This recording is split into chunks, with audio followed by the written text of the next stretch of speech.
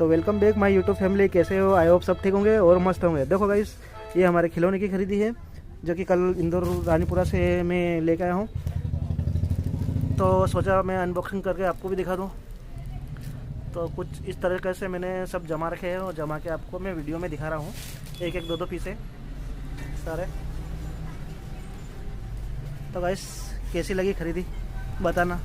ये बच्चियों के लिए गैस चूल्हा वगैरह, टंकी वगैरह, और ये जेसीपी वगैरह, ये ड्रम, ट्रैक्टर, और ख़ास करके डॉक्टर किट्स वगैरह, कार वगैरह, ये सब खरीद करके लेकर आया हूँ गाइस। तो गाइस, वीडियो पसंद आए लाइक और सब्सक्राइब प्लीज़ प्लीज़ प्लीज़, हमारी छोटी सी यूट्यूब फैमिली को बढ़ाने के लिए। धन्यवाद आप सबका, और बने रहिए वीडियो में। और कॉस्मेटिक की खरीदी और ये सब मैं बड़े वीडियो में आपको दिखाऊंगा, जब तक बने रहिए। तो लाइक और सब्सक्राइब।